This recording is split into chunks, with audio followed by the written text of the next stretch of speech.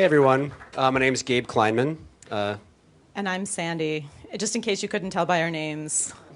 First of all, I want to welcome you to this session. We ran another one of these yesterday, and I referred to everyone as brave for attending this session. This session is going to have a little bit of a different format than a panel. You're going to be working during this session. First, what we're going to do is lay out some context for what the session is about. So you all signed up, so you probably know that the question that is framing this session is how can we support youth entrepreneurship around the world? And with the theme of mobilizing for impact, we heard so many different discussions about youth and how do we help mobilize youth around the world. So I have a feeling this session is going to be very generative.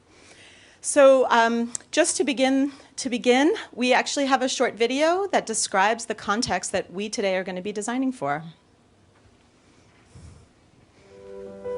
Young people comprise 17% of the world's population.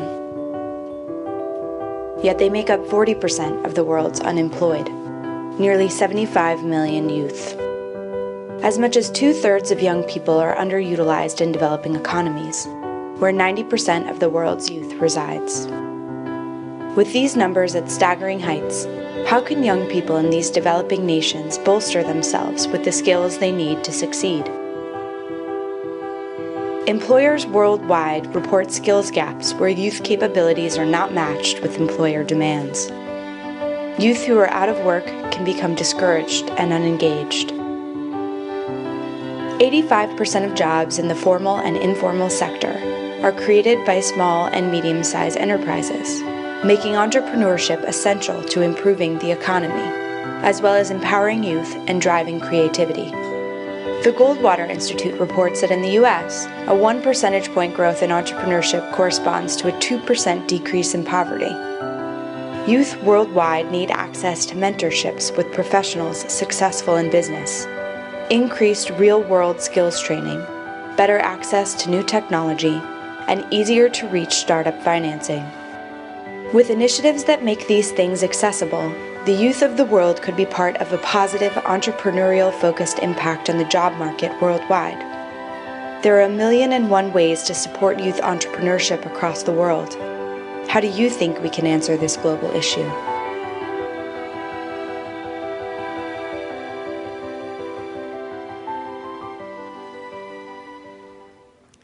Great. So the question is, how can we support youth entrepreneurship around the world? I mentioned the session's going to feel a little different. So what we're going to be doing in the next 90 minutes is you are going to be designing. We're going to start by getting some inspiration, and then we're going to ask you at your tables to generate ideas. And then what we're going to do is go through a process where we select something at your tables, and you can then work on that even more deeply. We're going to share across the room, and then we're going to talk about next steps. That's the process of the session. So I always like to say any good design process begins with inspiration. We at IDEO like to make sure that we're going out into the field and talking to the people that we're designing for. It was logistically challenging for us to arrange that for you all today. Pretty hard to fly this many people around the world and get back within 90 minutes. So instead, what we've done is we've brought in some experts who are going to share with you what's happening around the world. While these experts are sharing, I'd like for you to listen for a few things, because what we want you to hear is the kinds of things that might inspire you to imagine new solutions. It's not so much listen for the already existing answers, but listening for the needs and desires of people. Listening for inspiring solutions that maybe you hadn't thought of before. You want to listen for perhaps interesting business models or challenges around business models, and think about the ways that that goes even bigger than one context that you may be hearing about. So it's kind of an active listening process as each of these experts is sharing. Ready for it? We're going to dig right in. So our first expert is Barbara Bush, and she is the co-founder and CEO of Global Health Corps. And she's going to share some inspiration with you today. Welcome, Barbara. Thank you. Thanks. Thanks to Sandy and Gabe for leading this session. I am particularly excited to be with y'all to share a little bit of the context that I've seen around global youth entrepreneurship, and then more importantly, to get to work with the folks at my table. Youth entrepreneurship is something that I've become increasingly passionate about as I've had the opportunity to work with young leaders from around the world on Global Health Corps for the past 4 years. At Global Health Corps, we are creating a new generation of global health leaders. We started Global Health Corps in 2009 really to harness the passion and energy and skills of a younger generation to confront the huge global health challenges that we face. And so every day we recruit aggressively, we mentor professionally, we train intensely, and then we place young leaders up to age 30 to serve for a year in the field of global health. They work within, right now, nonprofits and government agencies, filling whatever gaps those organizations have. And throughout the year, we make sure that they understand policy change and systems change so that they can continue to work on these issues throughout the rest of their lives. And over the past 4 years, I've been lucky to work with several hundred young leaders right now from 16 countries. And on top of that, we accept 2% of the applicants that apply to Global Health Corps, which speaks to this huge desire for young leaders to work on social change issues.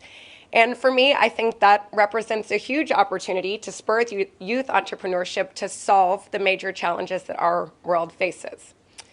What has struck me the most about my work with young leaders is the overwhelming sense of entrepreneurialism, connectedness, creativity, and potential that they are bringing to their work. But what has been also equally as frustrating is that this potential is also paired usually with a lack of opportunity for positions after their Global Health Corps fellowship. As you saw in the video, today's young people represent a group larger than ever before. Over half of the world's population is under 30 years old, representing 3.5 billion people. And youth, by the way, for our definition today, youth are 15 to 24. They comprise 17% of the world's population, yet 40% of the unemployed in this world. And youth unemployment is particularly acute in developing regions. Right now in the countries where we work in East and Southern Africa, the youth population is about 40%, even though 90% of youth live in those countries. And I'm confronted by this fact every single day because every day our phone rings and we get emails from all around the world of young people that are desperate to work on global health issues, but they can't find opportunities to do so. And for me, this is pretty frightening. It's frightening because we know that unemployment directly leads to disenfranchisement, poor economic indicators, a decrease in civic engagement, and heightened lack of security. And it's also really frightening to me to think about all the wasted talent and brainpower and leadership that these young people represent around the world.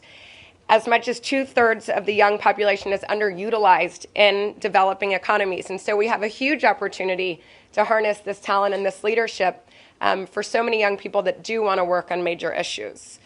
Last year, youth unemployment rates were highest in the Middle East and North Africa, and not surprisingly, many people have argued that it is this desperation for work that was in part responsible for the Arab Spring. So I think we see every day that the consequences of youth unemployment are complex and they're real, but they also offer a formidable opportunity. Youth around the world are more connected than ever. There's more of them than ever, and they're coming of age at a time when there's more cell phones than people in the world. So we have an opportunity to really network and connect young leaders to solve challenges. And that makes me very excited to think about the tools and the connections that we can make today with organizations and with people, because as we know, if we can ensure that young people have the right tools to thrive, this generation will take charge of their careers, create new careers for more people, and become empowered entrepreneurs. And frankly, we can't afford not to do this. So thank you. All right, thank you, Barbara. All right. Next up, we have, get to the slide. We have two special guests. First is Amy Stursberg, and she's the executive director of Blackstone Charitable Foundation. And she's brought with her Travis Montaque, who's the founder and CEO of Splyst, LLC. How'd I do, Travis? Spliced. Always happens. Well, made him laugh. All right, thank you.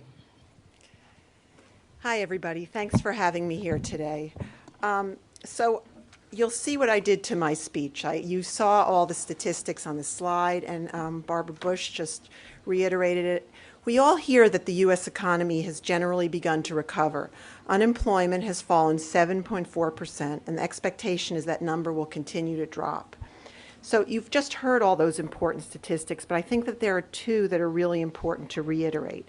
One is a recent report from the Center for American Progress shows that the youngest college graduates in the U.S. experience unemployment at more than twice the rate of graduates in their early 30s and 40s. And secondly, a recent World Bank report indicates that in 2010, 536 million employed youth in developing countries were actually underemployed. Often youth's skills and capabilities are mismatched with employer demands, leading to a crowding out of youth at the bottom of the educational pyramid. Simply put, this is a generational issue, and our young people deserve better. So one of the key ingredients for addressing the issue of youth unemployment, as you've heard, is to change the way people and youth think about getting a job. A return to the belief that entrepreneurship, starting your own venture, creating your own job, and committing to it with laser-like focus is a path to job creation. Entrepreneurship as a viable career path is not an easy sell at times of uncertainty and fiscal distress, but it can create jobs and drive economic growth all around the world. In fact, small and medium enterprises are the engines of growth for all economies and are responsible for 85% of the jobs worldwide. Particularly at the student level, where the infrastructure for sharing expert-level knowledge and experience is already in place, there are opportunities to transform ideas into businesses or non-for-profits and eventually reinvigorate regional economies. Too often, we don't have the resources or practical know-how to navigate the process of starting a new business. So, at the Blackstone Charitable Foundation, we have identified one possible solution. We have funded a program that was created at the University of Miami, and President Donna Shalala I happened to bump into her today. It was created at the University of Miami under her leadership that it's called at the University of Miami the Launchpad, and we've replicated around the country. Blackstone Launchpad, developed as part of our $50 million entrepreneurship initiative, which focuses on educating youth about entrepreneurship as one of its missions. And we've implemented Blackstone Launchpad programs, or will have implemented by the end of this year, at 15 universities around the country and in 6 United States, and may expand further. So we want young people across the country and the world to have the option to build a business and create jobs in the community they live. In brief, the Launchpad is a campus-based program that teaches students, faculty, staff, alum how to transform their ideas into thriving businesses. By connecting all kinds of entrepreneurs and mentors, experts, and resources, the program provides the advice, counsel, and network necessary to get their ideas off the ground. The Launchpad model is just one approach to a constellation of challenging problems that will need the involvement and commitment of stakeholders from across industries and sectors. And so I wanted to, instead of going on and on about the Launchpad and telling you about it, we brought with us today, I'd like to introduce you to Travis Montague, and I'm going to go over there and sit with him and have him tell you a little bit about his experience in starting his enterprise at the University of Miami under the Launchpad model. Hi, Travis. Travis Montague is 21 years old. He's a senior at the University of Miami and started his own business. So Travis, tell us a little bit about yourself, about how you discovered Launchpad, and a little bit about your business. Do a little 30-second pitch here about your business. Thank you, Amy. So I was born and raised in South Florida, and though both my parents were in business for themselves, when I started college, I had no plans to start my own company. And it wasn't that I didn't have any ideas for a business. It was more that I didn't know how I should go about doing them. But discovering the Launchpad my freshman year changed that, and it helped me realize that not only could I start a business for myself and employ myself, but I could do something that makes a measurable difference. And so as a sophomore, I founded Splyst, which is a platform for discovering, organizing, and sharing your interests that's revolutionizing the way people are finding information.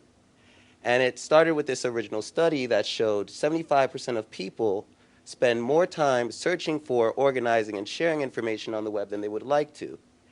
And if you think about the underlying reason is that the information that we search for on a daily basis drives a significant portion of our daily lives. So Splyst understands the things you do and search for online. It learns your interests and proactively searches the web to deliver to you personalized information that is relevant and information that you would likely not have found on your own.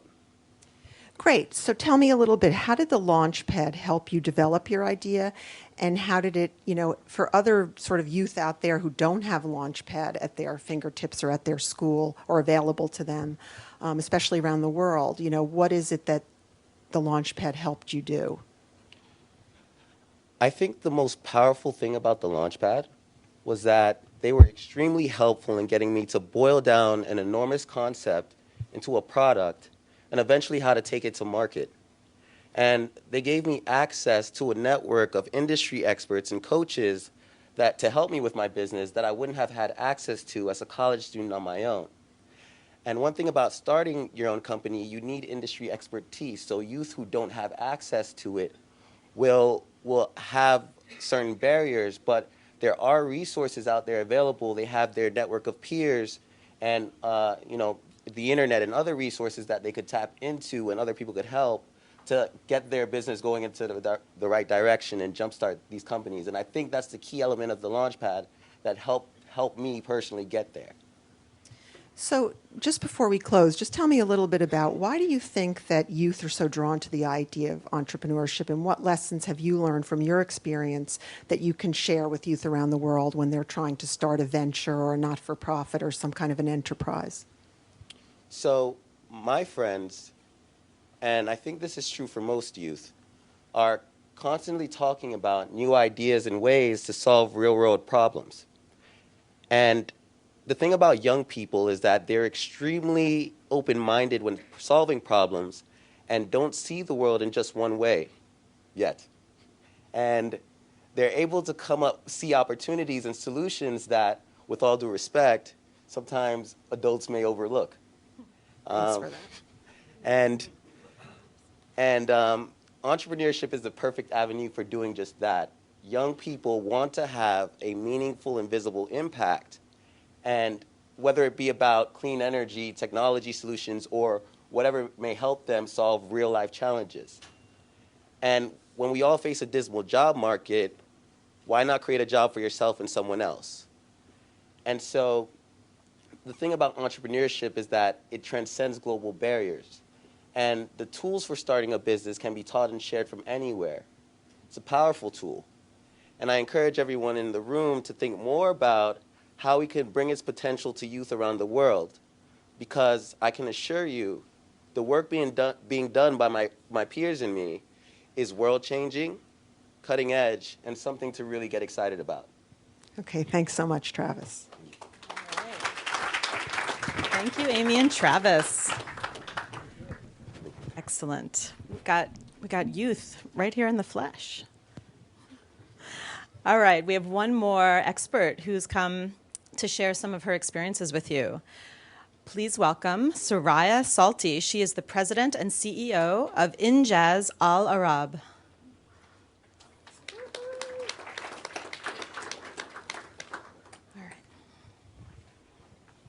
Well, from the part of the world that I'm from, we've tested a hypothesis quite intensely, which is a youthful population. 70% of the Arab world is youth, plus the highest youth unemployment. Add to that youth looking to government as the one employer that's going to employ everyone, and you end up with revolution. So if you need any equation how to get to revolution, it's 3 factors that go into it. And now it's called Arab Storm, not even, the spring never showed up. So, okay, but there is one big mind shift that happened amongst the youth, with all this dismal situation. And it's the way that, we were working with youth for the last 12 years, and they were always beneficiaries. We're bringing volunteers to help them to get business acumen, training them in entrepreneurship. And the whole mentality was, I'm waiting for something to happen to me. I'm waiting for my father to find me the right bride. I'm waiting for them to decide what career I take. I'm waiting to government to educate me. I'm waiting for government to employ me. And that was the mindset year in, year out, semester in, semester out. And then all of a sudden, we see these youth that for the first time, they recognize every single one of them that, hey, you know what, that government who's going to employ me is not there. They don't even know I'm here. They're not going to. It's not going to happen. My own employment, my economic future depends on one person, and that's me. That was the biggest realization amongst Arab youth. And then the second realization was our communities. Okay, so now we've shifted governments and we've ousted presidents, etc. But now our communities, to improve our communities, there's no one who cares. And if we want to see any change in our community, we as youth have to organize, mobilize, and change the reality and create what we want to see happening. Those were, so in a way, it was the perfect storm to get youth into entrepreneurship and into civic engagement, social entrepreneurship, community impact, whatever you want to call it. Those were the two tracks, knowing that if you get them into community projects, etc., they're going to develop also the skill set, workforce readiness skill set that will also get them employed. So either help them become the employers and generate the jobs, or get them into the community. So our model was private sector volunteers from corporations going into public schools and universities and giving those youth the skill set that they would need to become entrepreneurs and civic leaders. So I want to share just we're in 15 countries. We've reached 1.6 million students, 370,000 a year. And so every year, these volunteers from corporations going into schools, they transform the classroom into a real-life business. And at the end of the academic year, there's a competition, nothing better to get everyone so high energy and engaged, for the best student company of the year. And then a regional competition. So now I had to Doha for our regional competition 2012, 15 countries participating. My colleague, calls me and said, Soraya, you've got to come to the judging room. And her tears are just starting to fall from her eyes. And I run in, and these cute little Yemeni girls, 16-year-olds, sitting in their, traditional attire because they were Y for Yemen, and that put them last. And the award ceremony is coming up. And the judges, Fadi Ghandour, Sheikha Hanadi Al-Thani, the regional director of Exxon, the regional director of HSBC, a very intimidating group of board members sitting right there to judge them. And Fadi, the equal of DHL or FedEx is Aramex, he says, so what business are you in? And this 16-year-old with her teammates, she said, we're in the business of generating electricity. Okay. And why? Well, because after the revolution, there's only 1 hour of electricity in Yemen, and we need light to study, we need light to connect to internet, we need energy to connect, and we don't want any tents burning down from candles because of kids studying and their tents going down. So, and how do you do that? One of the judges said, we have solar panels. And we create energy, and the battery lasts 12 hours. And where did you buy the solar panels? And the 16-year-old looks up, she says, haven't you heard of YouTube? We manufacture them ourselves, Okay, so all of a sudden, they take over the whole competition because they've been selling lanterns and umbrellas with the lights coming down and with USB ports, and they were on Facebook, generating sales, TV, newspaper, you name it. So they win the whole competition. They go back to Yemen as heroes. Breaking news! Yemeni team on Yemeni TV. Girls win the whole regional competition. 15 countries. Yemen comes first. So this is the impact of entrepreneurship. They win $15,000 from one of our board, Telecom MTN. In our corporate incubation model, that now has the whole MTN, supporting them to make sure their company is scalable, has impact, and continues. And they've generated their own employment opportunity, solved the problem in Yemen, and the company is going strong. In parallel, in community service, we decided that we were going to go online because we needed scale, we needed impact. So we developed a program 6 weeks long. On university campuses across the Arab world, you've got 6 weeks to do a social enterprise or high-impact community project, and then you go online, upload, tweet, upload your video documentation of your project, and you've got a social media vote to select the top contestants to get the seed funds. Well, I'm in the judging room. Now this one is online, you know, not as intimidating. We watch videos of these student projects. Well, our team in Saudi Arabia, you know, I don't know if anyone's been to Saudi, but I'm sure you've heard, very, very conservative, right? Well, those students, boys, 10 of them, decided they were going to do the first ever campaign face-to-face against AIDS, you know, AIDS, HIV/AIDS awareness in Saudi Arabia, with the boldest messages you've ever seen. A few minutes of pleasure is not worth a lifetime of misery. Imagine this, in Saudi Arabia. This picture right there of one of the campaigns. 7,000 people on Facebook within 1 week on this campaign. They decide to build the biggest logo against HIV awareness, the one right before this one.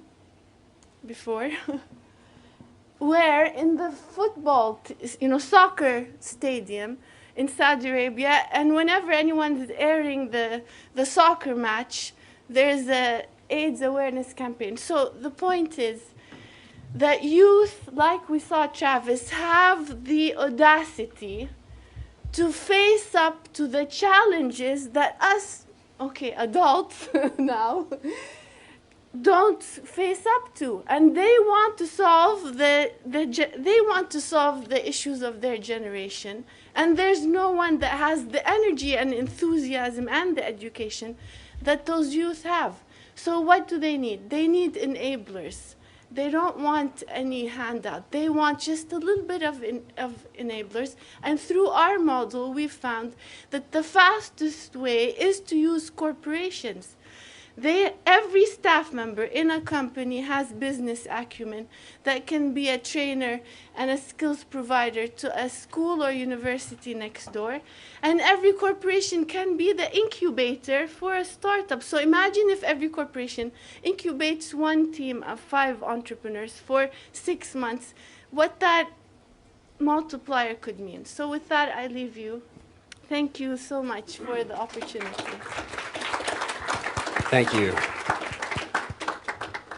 Okay, so we've actually just learned a lot from our experts. And it wasn't just facts. There was some inspiration, some wonderful storytelling, some wonderful stories that we heard.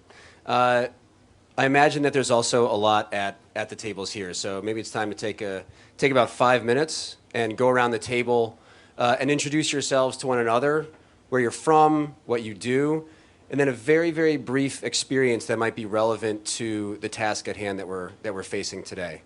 So go for it, and I'll come back in about 5 minutes.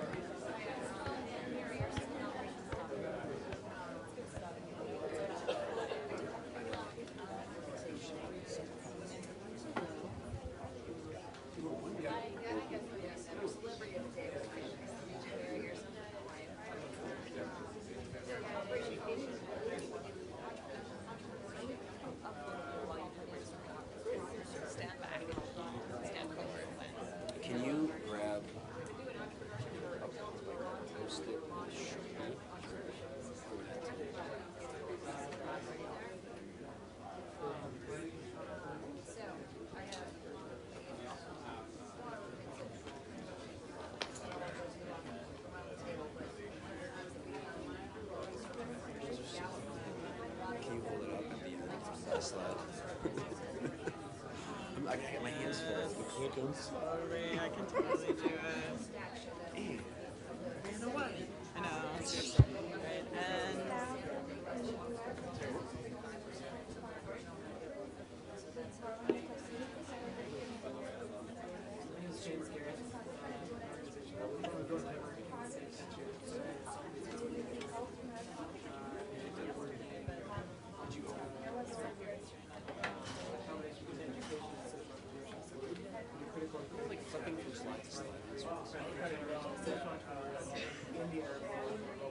Right, and My name is Soraya.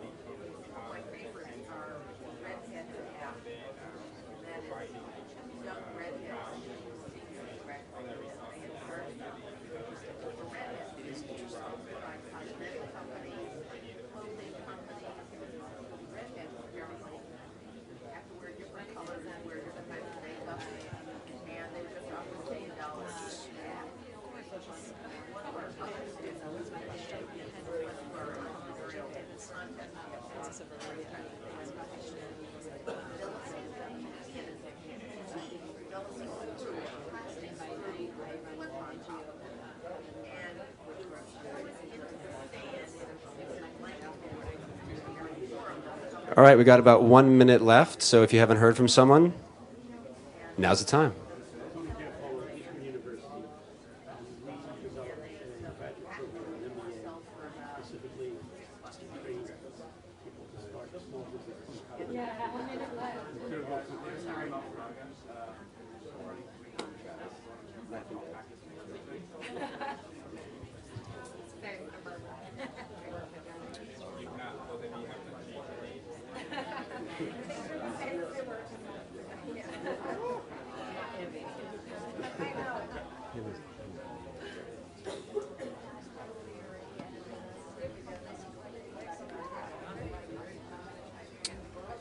Okay.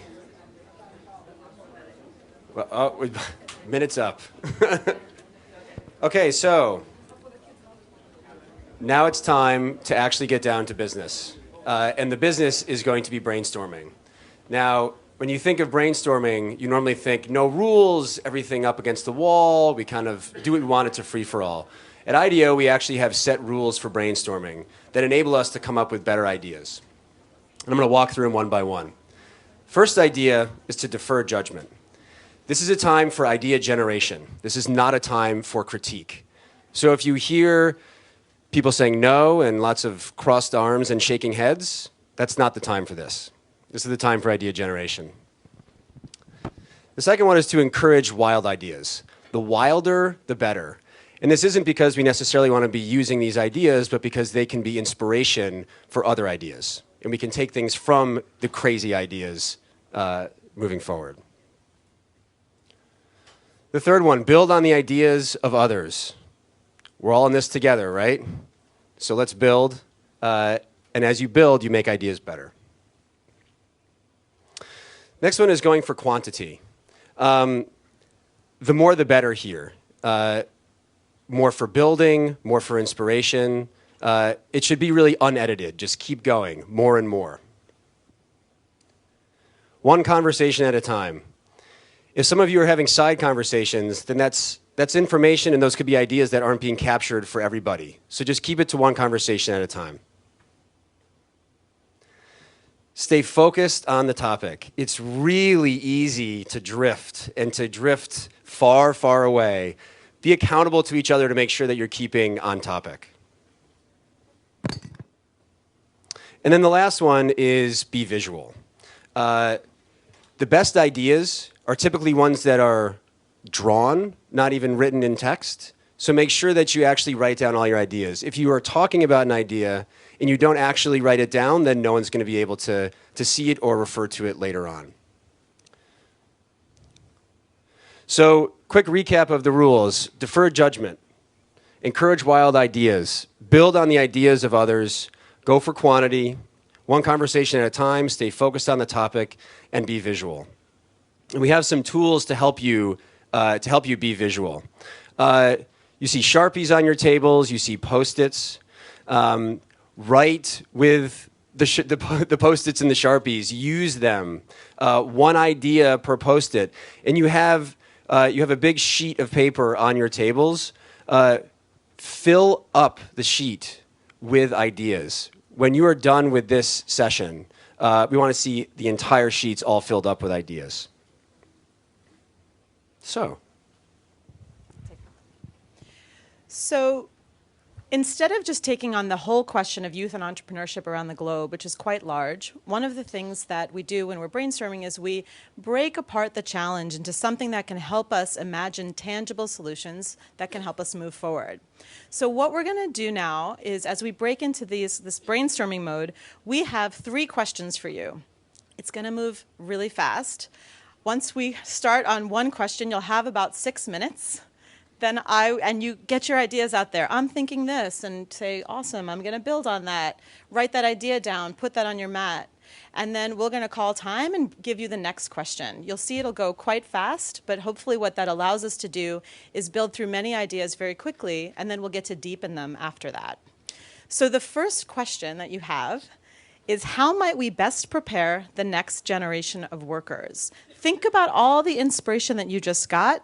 Consider the ways you might use technology, the ways that we might help provide connections to mentors, or the ways we might help people learn about business education, for instance. So jog your mind. These are just some prompts for you to think about, and start answering the question, how might we best prepare the next generation of workers? And I'll let you know when time is up. Go. Yeah. Sorry. How's it going? Yeah. Nice to see you. Stacy and me. Hi. So nice to see you. I was like, oh, we're going to be late for drinks between our sessions. School of Wine. School of Wine. School of Wine. Yeah, Stacy and Maureen had booked it, and I just went along too. Cool. So yeah. Is Stacy here? She is. She's what? Pumping. Oh, God. I'm like. Well, she's got. Hey, he's about to have a kid. He's got to get used to terms like this. Yeah, Molly's doing it too. Oh my God. Oh, did I not? Did I? Sorry. I think so. I did tell her. How could you not remember Rico? Okay, I feel like I didn't know, but I'm sorry. Okay. I don't know. Okay. My wife's good. What'd you guys talk about?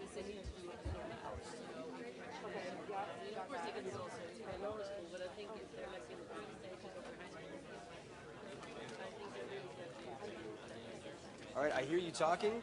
Start writing some ideas down. Put them down. And actually, one great technique is to write the idea down and then talk about it, so you can just put it right there. Okay. That's a great way to go.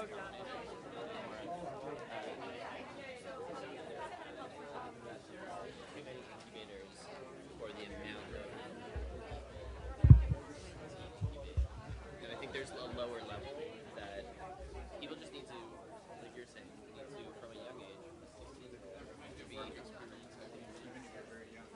Hey, Sandy.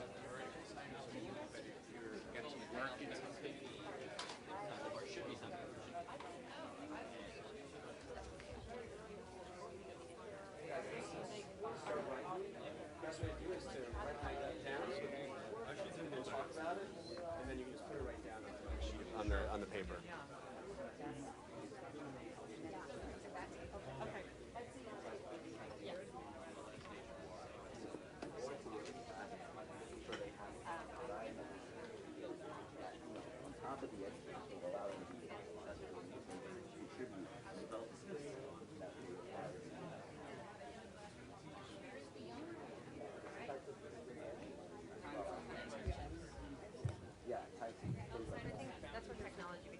If the room gets too quiet, it's our signal that you guys might be talking too long. So one idea per post-it, share your idea, acknowledge it. We don't have to explain too much. Put a headline on there, keep going.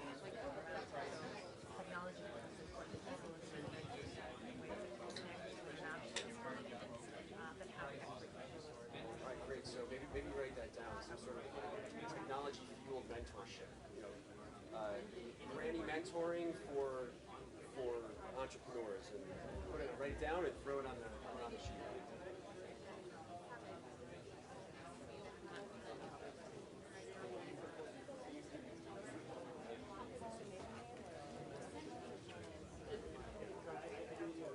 Nice. Lots of ideas here.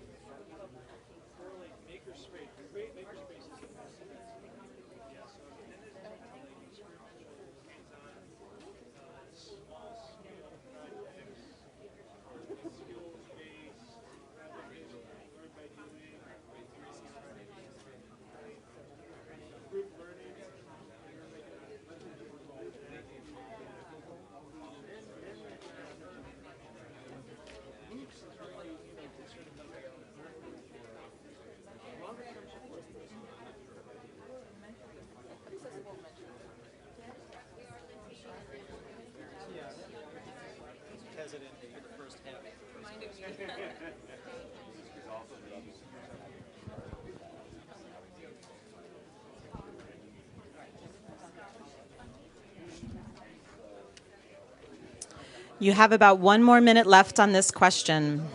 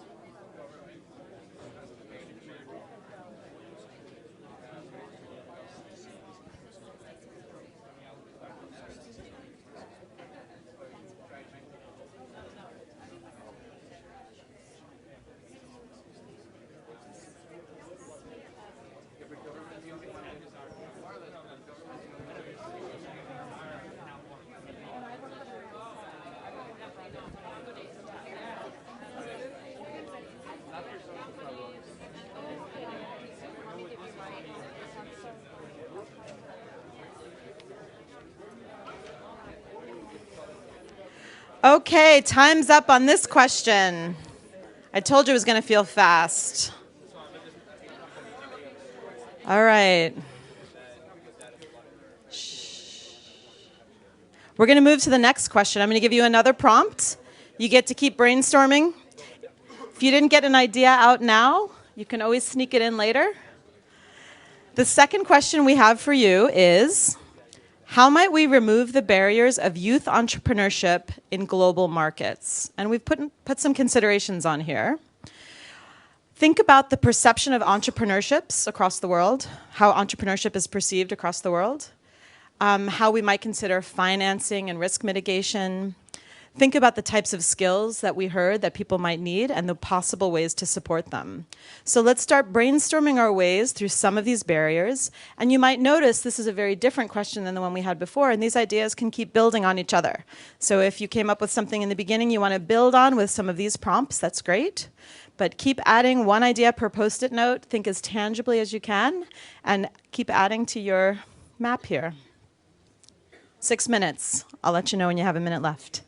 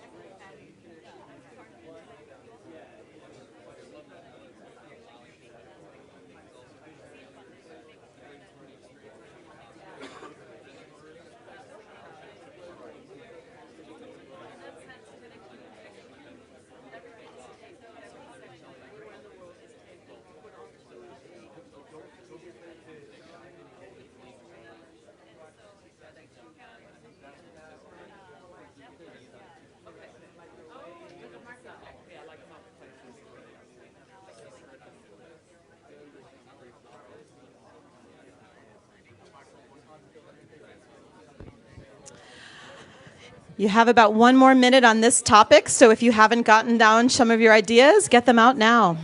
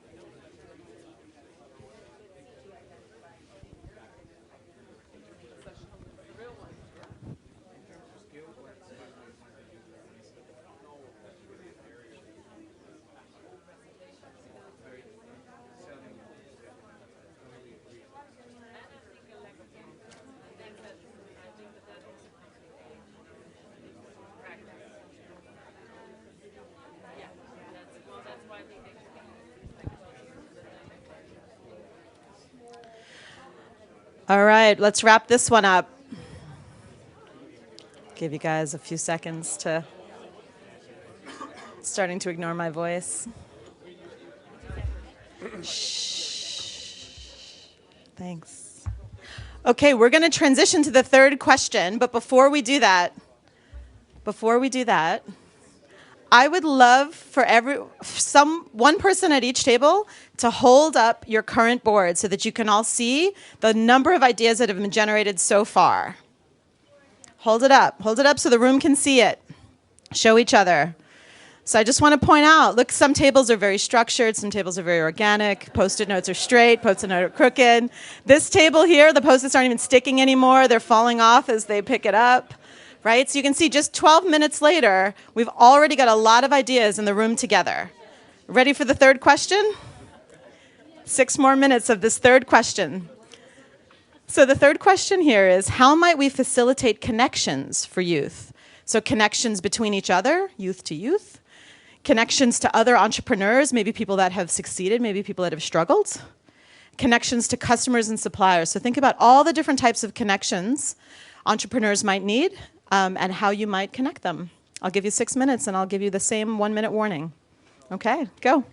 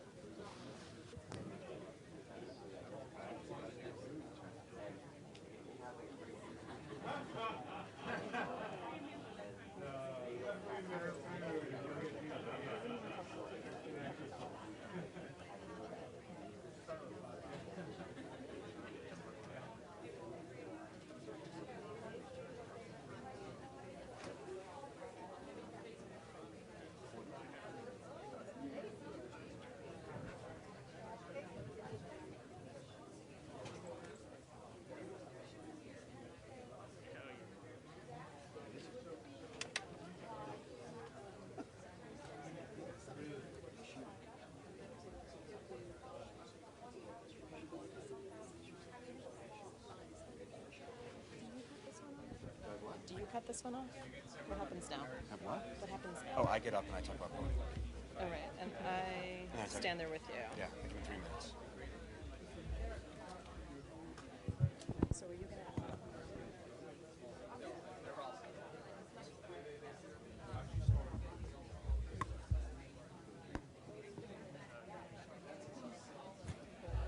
Visualize. Okay. I'm totally...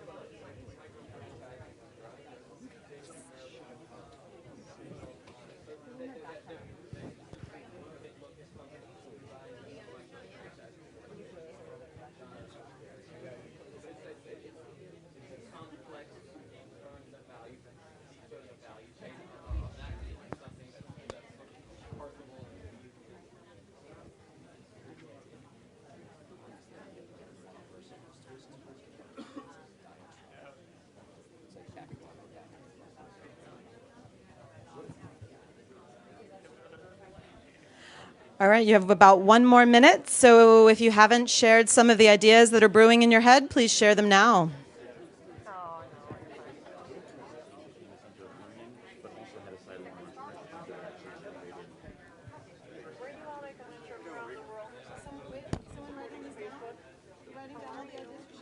I feel like I saw a lot of exciting ideas through your hand motions. Writing them down, or are you capturing what they're talking about? No. Oh, you're self-capturing, but are you sharing with each other as you're putting them on there? Did you just put a few on there that you didn't share? No, I shared. Okay. And did you write yours down? Yes. Okay. Good. That way they're still here. You can build off of them. Cool.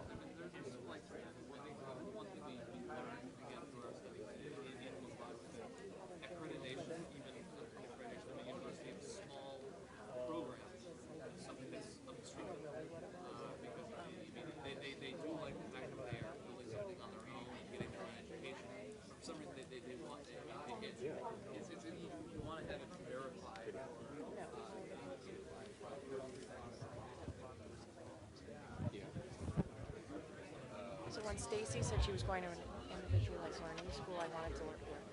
Check it out. Because that's what happened. Oh, yeah. No, Casey's son has had. All right, 10 seconds to wrap it up.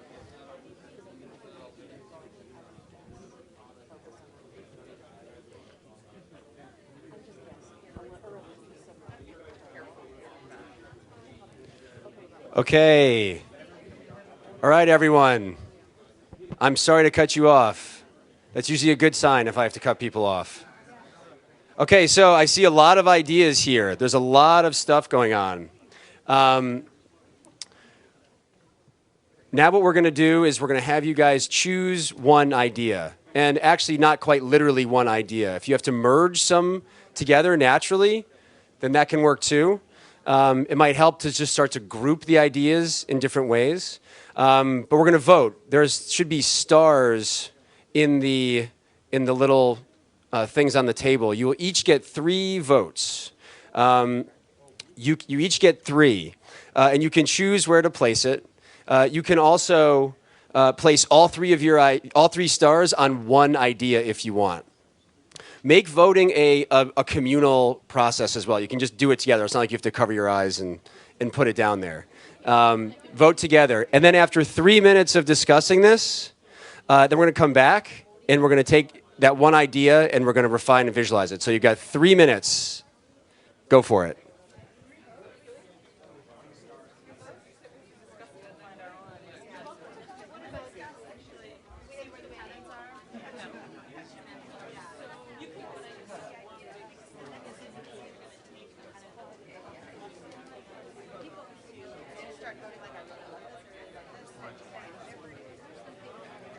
You each get 3.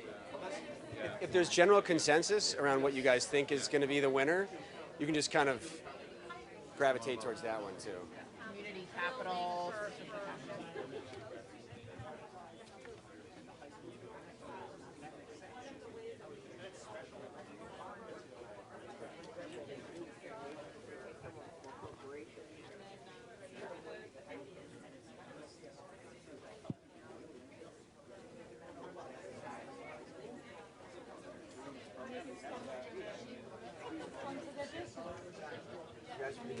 see any stars on any. Oh, you guys got it. I'm ready.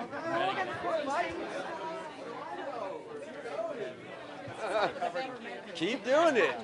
That was the first book. You missed it.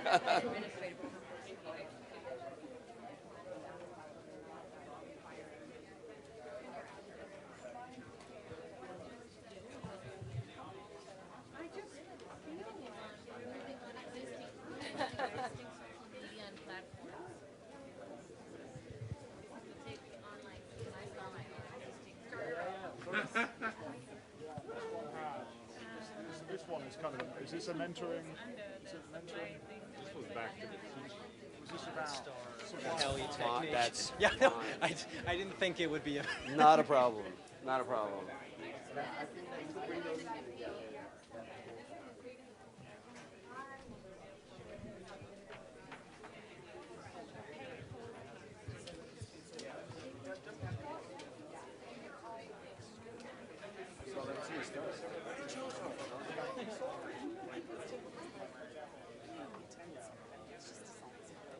We've done so well together.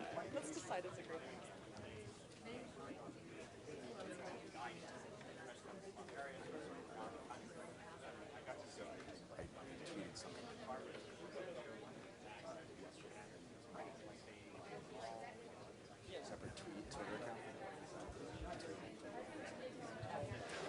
Thirty seconds.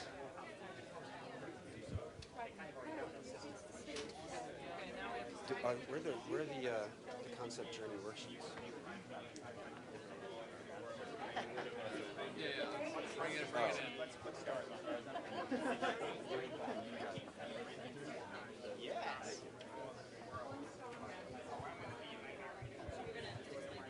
Yeah. No. No, but you have to hold those up. You have to. Okay, I hope you've all settled on a concept. It sounds like some of you have actually moved past it and already starting to build it out, which is exactly what we want to hear. So now what we're going to do for the next 10 minutes is we're going to refine and visualize this idea that you've selected. In the little plastic stands, there is a concept journey worksheet. It's folded in half. Right there. It looks like this. You can choose to use this sheet to visualize and articulate what this thing is that you're going to be building out. Or if you want, you can use this as a guide and you can kind of make your own thing. And Sandy is holding up an example of what that could look like. So yesterday this was a session about women in mobile technology, and one group decided to prototype a new type of phone that would have a lot of services specifically to the needs of women around the world. Other groups prototype with just the product, with just the supplies you have on your table. Just construction paper and scissors and little stars. Another group kind of used the worksheet, but then built on it with drawings and diagrams. We are going to walk around and highly encourage that you start drawing instead of just discussing. There's this really special thing that happens where some part of your brain changes as you're drawing, as you're making stuff, as you're cutting this construction paper. You've got scissors, you've got tape, you've got paper, you've got markers. As soon as you start making, you have to make different decisions. When you're discussing, you can think forever, but when you're making, you have to make decisions. So we're going to highly encourage you to start making prototypes. And we're going to encourage you to start making prototypes right now. So go.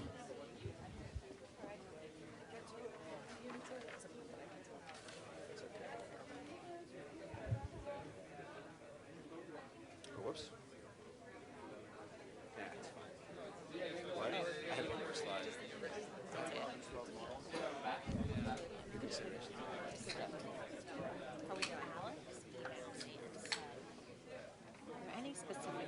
It's hard at this point to tell, but are there any specific example of folks who are coming together to want to do something new, potentially work with each other in the future? They want some ideas for the closing.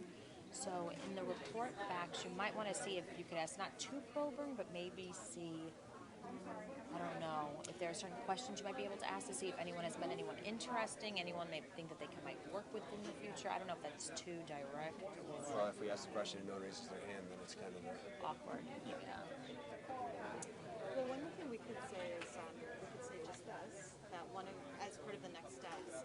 a new idea or collaboration has come out of this, let us know. Because we'd like to report out about, in the final session, we'd like to report out, just actually put the social pressure on a main stage announcement. You're doing next steps? Yep. Can you add that in? Sure. Thank you, that's great. We'll have that too. We could even go over a few minutes.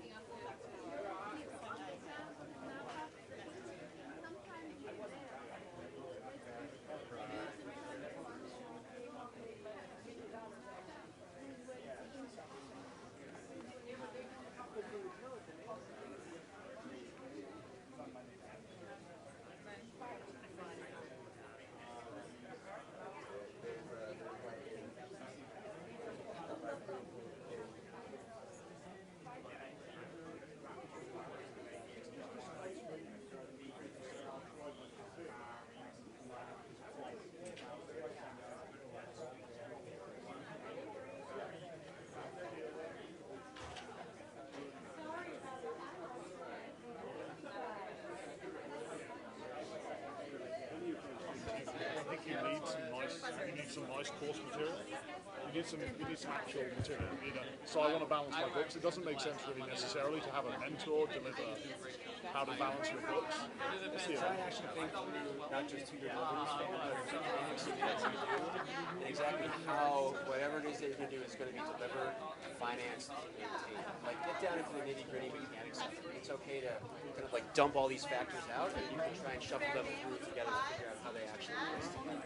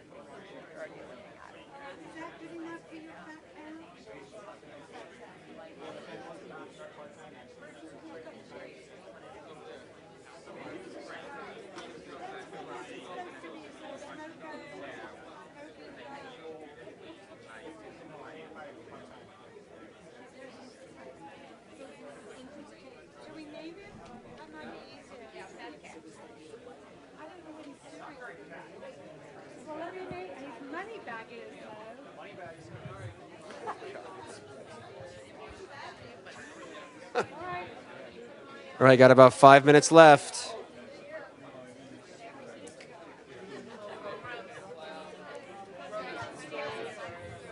Now it's back to the time.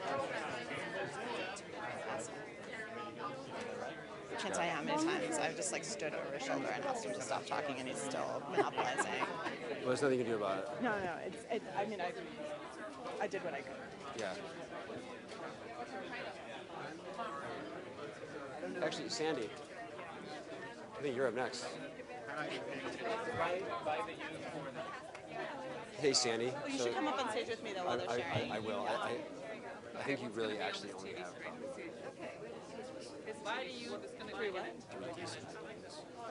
Which is fine because we can just let them yammer on and talk and say who wants to build. Like not everybody has to.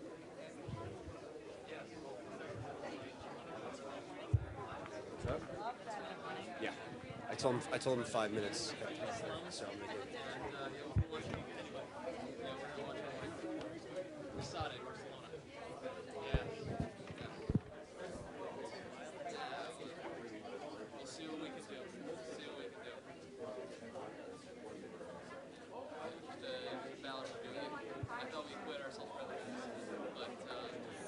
get a little bit extra.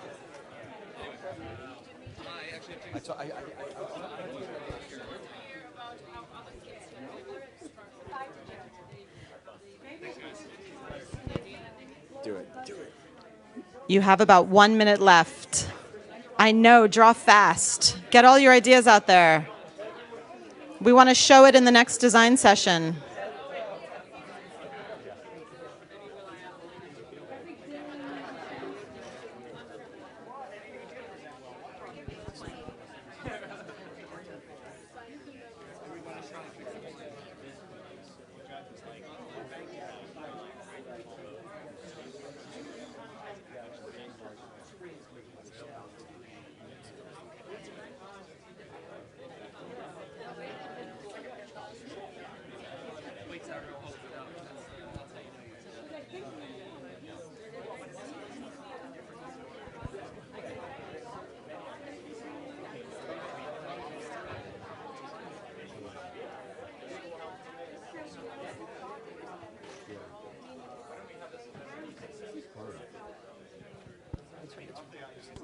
Yes? No.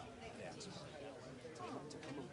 come up with a new idea that is actually everyone's like, oh, that could be good in a short period of time when you're not used to flexing those muscles.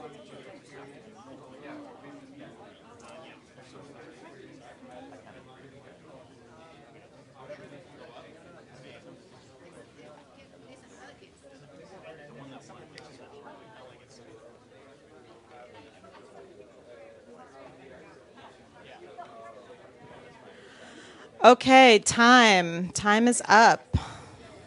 Time is up. Can't stop yourselves now, huh? People are excited. We're going to finish taping, finish drawing. So, all right. So we're going to move into a phase now of this session where we share our ideas with each other. Before we do that, one thing I'd just love to hear is how does it feel so far? How did this phase of prototyping feel? Anybody want to share experience? It was awesome. Finally letting go, yeah. It takes a while, right? Yeah, I totally, trust me, I get that. So we've got, it was awesome. It was challenging in a way because it takes a while to start to work from a different frame. What else? What else? How else did that feel? Did it feel really comfortable for anybody? Yes, I guess it did, huh? No, I see a shaking head in the back. No, yeah. not at all. We were joking yesterday that remember how Bill Clinton opened the session by saying that we need to come together around our similarities, not our differences. The discomfort of prototyping, universal. No matter how often we do it, we're always feeling uncomfortable because you're right in the heart of the vulnerabilities of ideas, and we get that. That's one of the reasons we kind of go to allowing yourself to have one idea per post-it note, allow yourself to start cutting with construction paper. You start to use different parts of you, and you start to surprise yourself with the kinds of things you begin to generate. So let's hear what some of the ideas are in the room. Is any group excited to share? This group, excellent. All right, we'll start there and then come here. So we'll start. We have a microphone right next to you, and you can hold up your prototype or your drawing. And I'm going to ask that you do this quite quickly. We have probably about a minute. That way we get everyone in the room to share. All right. Give us some headlines. So our concept is called Try Space. The description, we're trying and failing is okay. Fail fast, fail forward. And it's really in line with what most entrepreneurs go through. It's failing is not an acceptable culture it's not accepted in most cultures. So we're creating a website, an online platform where you can put out your idea and ask people what people think about it, test it. So design a concept and just test it online. And then once you've proved that this concept can work, you sort of work with your peers and work with your mentors and sort of have lots of moderated discussions. Then you can pitch and get financing, but it's all online. And it's okay to fail. Yeah. Excellent. So we have an online platform that allows you to post your ideas, have dialogue with each other, and the tone is set. It's okay to not really exactly know what you're doing because you can learn from each other. Great. Does someone have something that builds off of that? Does your idea build off of that? Yeah. Okay, then we'll do that table. These guys had volunteered earlier. So this one, then the next one. So we have an IP infringement issue here with the... yeah. So hold on. Do you guys mind? Sorry. Are they next? We have multiple microphones. Okay, sorry. Enthusiasm. All right. Great.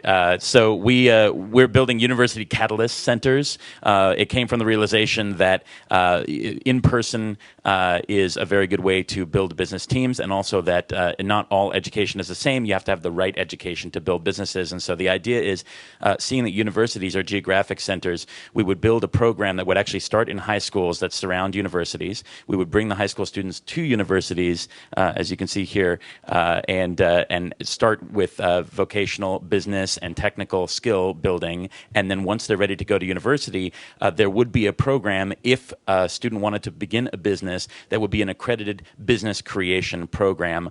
There would be a degree at the end of it, but the entire program would be focused on that student building their own business and wrapping that with an ecosystem of resources that universities have. There would be corporate partnerships for funding for those businesses, and essentially this would be the creation of a network then of university catalyst centers that would also convene both virtually and in person, and create a universal and global network of entrepreneurs.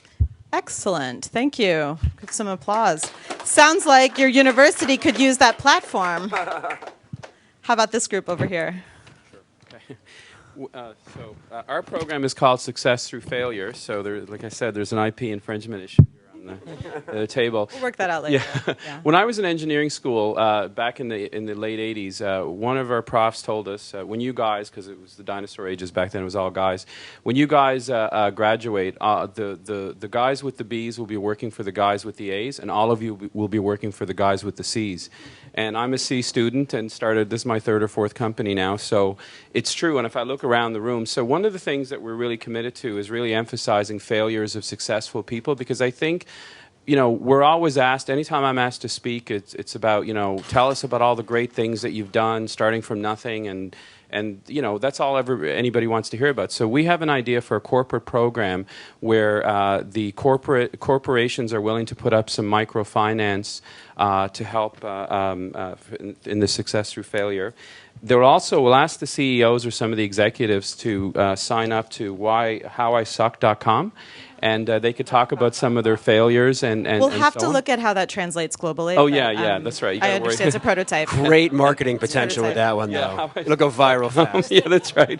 And then, obviously, we believe in the power of online learning and mobile learning. And you can learn a lot of things, like some of the big barriers are financial literacy and just knowing the basics of how to set up a business. And there's a lot of great programs. Actually, I'm going to put a plug for one called Dream Builder, which is free. It was developed. It was recognized by Secretary Clinton in Chicago. And there's a lot of great programs out there that you can take to rural areas. And so it's a combination of all these things in the Success Through Failure program. Thank you. Excellent. Thanks. You guys want to share next? Can we give them a round of applause first? Thank you. Tom. We have an idea that builds on that we're modestly calling 1 billion entrepreneurs. And the idea is sort of inspired by the fact that one person, Sal Khan, was able to start online instruction, that we're already 250 million instructional videos has been downloaded. So what if there were something that were that powerful and ubiquitous, building also on those things that don't only produce their own videos, but also engage in curation of high-quality content that already exists, and using the Wikipedia model of getting volunteers to do high-quality translation to multiple languages. So that's the first component. The second component is taking advantage of the open badges movement that the MacArthur Foundation and Mozilla and a number of other organizations have started, so that you are recognized for going from white belt to black belt in terms of your entrepreneurial skills. And what Phil Auerswald contributed was the notion of using this as a way of getting some of the large employers, particularly those that have franchises, to be using your proficiency on these online badges as a hiring mechanism. So we're already beginning to see that in information technology, where in many firms, if you want to get hired, you have to get a top coder score, or you have to get a Kaggle score. And this measures your ability to solve really hard real-world software engineering or data science problems. So that's the idea. Very cool. Right. Very nice. Excellent. Who wants to go next? Someone have something that builds off of this. We've got an online platform, helps connect people to people, but also badging. Okay, back in the corner here. Sure. So it's completely building on what Tom said. So here's the storyboard that we came up with. So let's see here. Come on up to the light. Good. I was really struck by what Sal Khan said. He said the same course that Bill Gates' children are using is the same one that a girl in Pakistan uses, and the quality differential is not there. And so what he was talking about, Tom and the team, was micro-credentialing, which is on your, for example, LinkedIn profile. If you can complete a Khan course in Accounting 101, you can get certified for it, and you can show your proficiency. So it doesn't matter if you go to Stanford or Harvard. In a global marketplace, you can prove, no matter where you live, your proficiency, and allows people to kind of better seek you out. So we thought the storyboard was something like, it starts with the young person having an idea, then realizing in order to get it done that they need to go through a bunch of training courses. So here's your micro-credential of congrats, you just completed you got first-class honors in Accounting 101, and that shows up on your LinkedIn profile or wherever. That would then lead to, we thought there's a strong online or offline component of being able to find local entrepreneurs. So, for example, Hilton could host a meetup for local entrepreneurs, say in Lahore, which basically, if you get, you're signed up to do that, Jennifer, and then if you get enough certifications, then you qualify for crowdfunding platforms where you can get your first seed loan or Kickstarter. And then you get your first seed capital so you can start prototyping, get into business. But one of the reasons why banks decline a lot of small businesses, especially young people, is because they don't have credit histories and revenues and operating track record. So a revenue-based repayment system where it ties into, for example, a device like Square. So every time you receive credit card payments or mobile payments, a percentage of those payments go back to your crowdfunded creditors. And as you can demonstrate to the internet community very transparently that your business does have revenues, that you're able to operate transparently, and that you can do more micro-credentialing and take more courses, you'll eventually be able to attract larger capital from banks, show more revenues, hire more employees, and be a success story as a young entrepreneur. Excellent. By the way, 10 minutes. I'm just reminding you all you had 10 minutes. That was great. See what a lot of smart people in a room can do together? All right, we have 2 more groups. Who wants to go next? Thanks, man. Over here. So we started with the problem of how you get the skills to the young people, how you get the young people incentivized to want the skills. And so we came up with the idea, not dissimilar from the last two groups, but our idea was a YouTube TV station for young entrepreneurs by young entrepreneurs, starting with inspiring them. So we thought we'd get will.i.am to inspire people around business, around the kind of skills they'd need. Then after role models teaching some of the key skills around confidence, we'd move on to peer-to-peer learning, TV, YouTube clips of young people who've done well, YouTube online courses, and then we talked a lot about the incentives for young people, so competitions, just exposure in the media, and then incentives for companies to mentor these young people. And so we had some discussion around how companies could make it part of what their volunteering programs might do, how people might be rewarded within the company for engaging with young entrepreneurs. And the end result would be young entrepreneurs with the skills to do and the celebration of what they're doing through the TV. Thank you. Excellent, thanks. Sounds like we were inspired by Soraya's work. All right, last table, quickly. I suppose the great thing about going last is you can have the freedom to say everything that everybody said is exactly what we proposed. And your construction paper there proves it, huh? This is exactly true. No, but what we really focused on was the same online platform that's connected with young people, and a huge focus on young innovators. And I guess part of that reason is we have two young innovators who are sitting at our table. And Travis, we saw what Travis did, and with Kelvin, whose video was viewed about 5 million times online. And so you understand the power of young people inspiring other young people to become innovators, plus everything you said. All right, thank you. So I just want to point out that in a very short amount of time, I think we've created a pretty comprehensive ecosystem. So we have universities connecting with high schools, very informal connections to meetups so that people are in person connecting with each other. But we have media, television programs, inspiring people around entrepreneurship. We have a lot of different online environments where our youth can actually connect with each other, learn that learning or failure is okay. And that could happen locally and that can happen globally.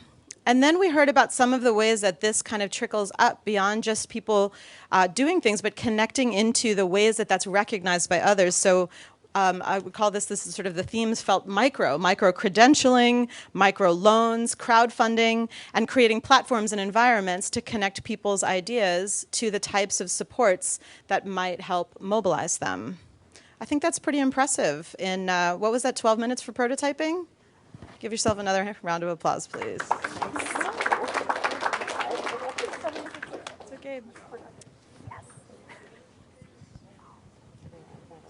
So what's next?